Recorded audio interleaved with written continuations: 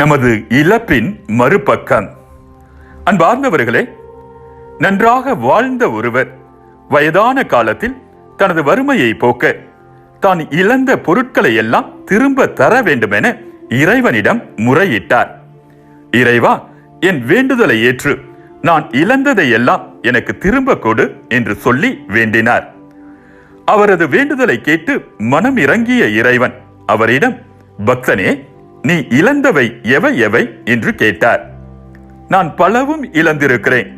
கால மாற்றத்தில் என் இளமையை இழந்தேன், என் அழகை இழந்தேன், வயது ஆக ஆக உடல் நலத்தை இழந்தேன்.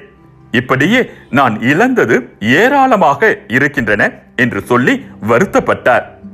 பின்னர் அவர், நான் எதையெல்லாம் இழந்தேனோ அதையெல்லாம் மீண்டும் தா இறைவா என்று இறைவனிடம் கேட்டார்.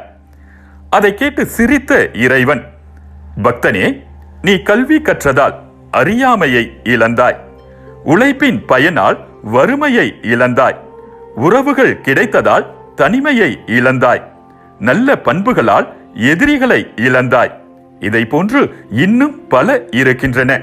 நீ இழந்த இவற்றையும் திரும்ப தரட்டுமா என்று கேட்டார். அப்போதுதான் அவர் இழப்பின் மறுபக்கம் என்ன கிடைத்தது என்பதையும், வாழ்க்கையின் ஓட்டத்தில் இழப்பின் மறுபக்கம் பெரும் பயனாகவே அமைந்திருக்கிறது என்பதையும் உணர்ந்தார். அன்பார்ந்தவர்களே, கோதுமை மணி மண்ணில் விழுந்து மடியாவிட்டால் அது அப்படியே இருக்கும்.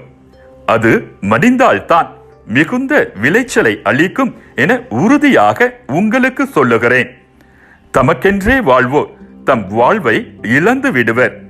இவ்வுலகில் தம் வாழ்வை பொருட்டாக கருதாதோர் நிலை வாழ்வுக்கு தம்மை உரியவராக்குவர். யோவான் நற்செய்தி 12ஆம் அதிகாரம் 24 மற்றும் 25வது இறை வசனங்கள். நாம் இங்கு இழப்பதற்கென்று எதுவும் இல்லை, ஏனெனில் எதுவும் இங்கு நம்முடையது இல்லை. இறைவன் கொடுக்கிறார், இறைவன் எடுத்துக் கொள்ளுகிறார். போதும் என்ற மனமே பொன் செய்யும் மருந்து. அவர் கொடுத்ததை கொண்டு பலனுள்ள பயனுள்ள வாழ்க்கை வாழ்வோம். மீண்டும் மற்றொரு சிந்தனையோடு உங்களை சந்திக்கும் வரை விடை பெறுகிறேன்.